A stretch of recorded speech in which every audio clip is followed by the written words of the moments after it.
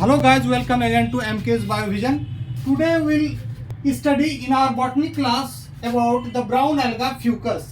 Fucus को rockweed के नाम से भी जाना जाता है. This is the structure of fucus thallus. Fucus is a marine alga found at sea coast attached to some rock in intertidal zone. जहाँ टाइड बराबर आता जाता रहता है जनरली वैसे जोन में टेम्परेट से लेकर आर्कटिक रीजन तक सी शोर पर ये पाया जाता है. और इसका जो प्लांट बॉडी है ये it is made up of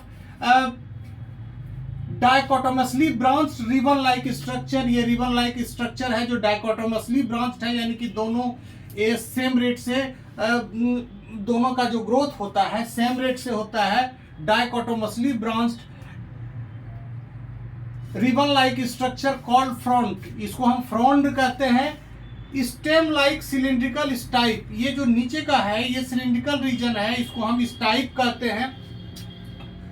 और disc like holdfast attach to substratum, ये जो है कोई भी सबस्ट्रेटम पर ये अटैच रहता है. ये डिस्क लाइक स्ट्रक्चर है. होल्ड फास्ट या हेप्ट्रॉन ये रॉक या किसी सबस्ट्रेटम पर अटैच रहता है. तो इसके तीन पार्ट हुए. एक जो फ्लैटेंड स्ट्रक्चर है फ्रॉन्ड लाइक स्ट्रक्चर है, इसको हम फ्रॉन्ड कहते हैं. डाइकोटोमसली ब्रांच्ड होता है. और इसके नीचे जो ये स्टेम लाइक स्ट्रक्चर है ये इसको हम स्टाइप कहते हैं. और नीचे डिस्क लाइक जो स्ट्रक्चर है इसको होल्ड फास्ट कहते हैं.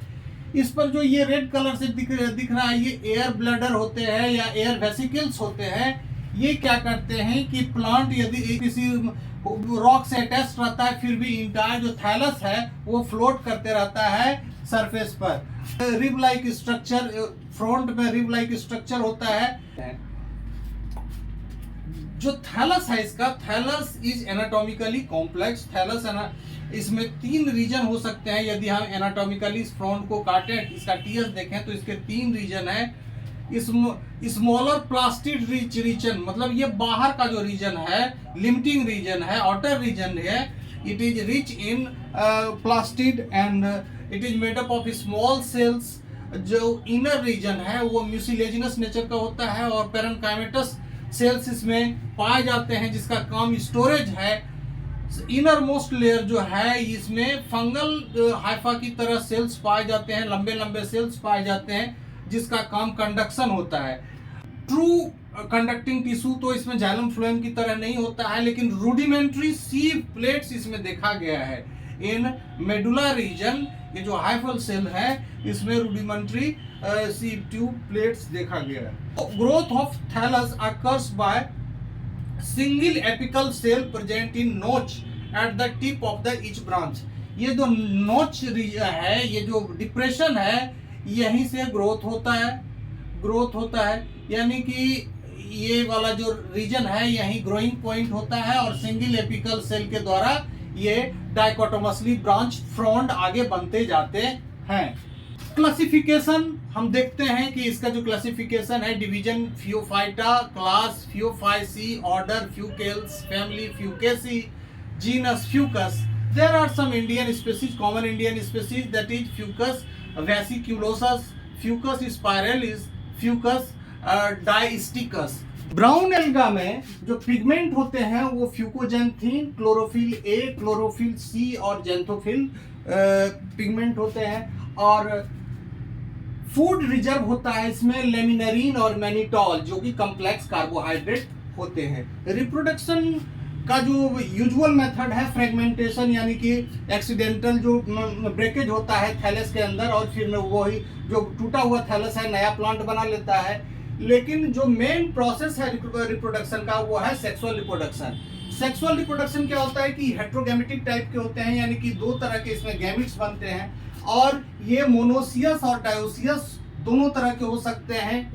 मोनोसियस का मतलब है कि जब सेक्स ऑर्गन एक ही प्लांट पर पाया जाता है, एक ही प्लांट पर मेल और फीमेल ऑर्गन पाए जाते हैं तो हम उसको मोनोसियस कहेंगे. और अलग अलग थैलस पर यदि पाए जाएंगे यानी कि हेट्रोथैलिक होंगे तब हम उसको डायोसियस कहेंगे. ओगोनियम और antheridium are form conceptacles present on receptacle on older branches lacking mid read.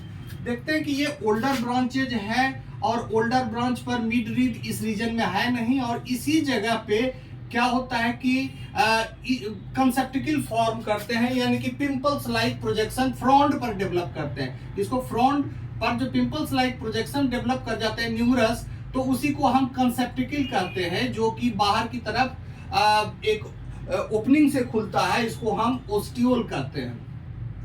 ये ओपनिंग दिखाया हुआ है। अब ये जो पूरा एरिया जिसमें कि कंसेप्टिकल्स भरे पड़े हैं, इसको हम रिसेप्टिकल कहते हैं। इसको क्या कहते हैं? रिसेप्टिकल। तो रिसेप्टिकल भी डिप्लॉयड है और कंसेप्टिकल भी डिप्लॉयड है। और क्या होता है कि देखिए इसी कंसेप्टिकल के अंदर एंथ्रीडियम और ऊगोनियम बनते हैं।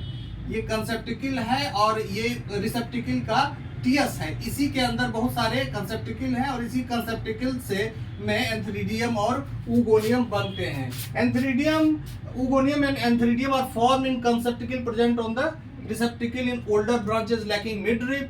Each conceptacle is a flask-like structure having fertile and sterile threads, filament. तो ये sterile thread भी होते हैं जिसको पैराफाइसिस कहते हैं, और फर्टाइल थ्रेड्स भी होते हैं जो जिस पर फर्टाइल ब्रांचेज भी होते हैं, जिस पर क्या होता है? एंथ्रीडिया और ऊगोनियम बनता है। अब यहाँ हम देखते हैं कि ये यहाँ फर्टाइल थ्रेड पर एंथ्रीडिया बना है और यहाँ ये एक स्टॉक है और इस पर ही ओगोनियम डेवलप किया है। एंथ्रीडिया में क्या होता है कि म्योसिस होता है। इसी एंथ्रीडिया में म्योसिस होता है, रिडक्शन डिवीजन इसमें होता है। इसमें इसी यहाँ रिडक्शन डिवीजन होता है और इसी में यहाँ रिडक्शन डिवीजन होता है।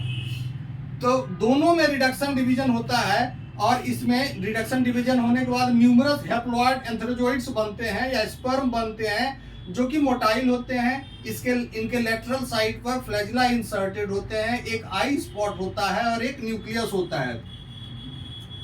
तो ये इनकी संख्या एक एंथ्रीडियम में 64 के आसपास होती है, जबकि ये ऊगोनियम क्या होता है कि ऊगोनियम जब डिवाइड करता है तो एक म्योसिस के बाद एक माइटोसिस होता है। इस वजह से 8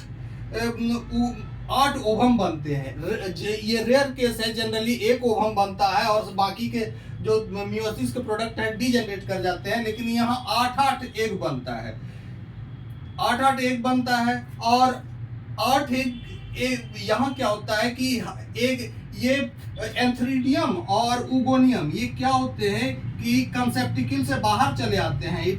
दे are released into the water.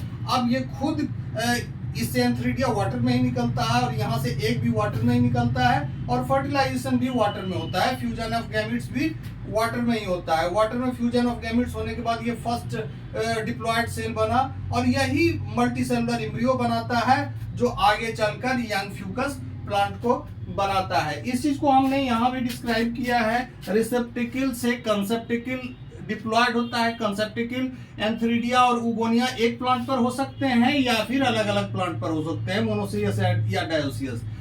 Ovum 8 बनते हैं, जबकि एंथ्रोजोइड्स जो होते हैं एक एंथ्रीडियम में 64 बनते हैं। गैमेटिक म्योसिस होता है, यानी कि एंथ्रीडियम और ऊगोनियम के अंदर म्योसिस होता है।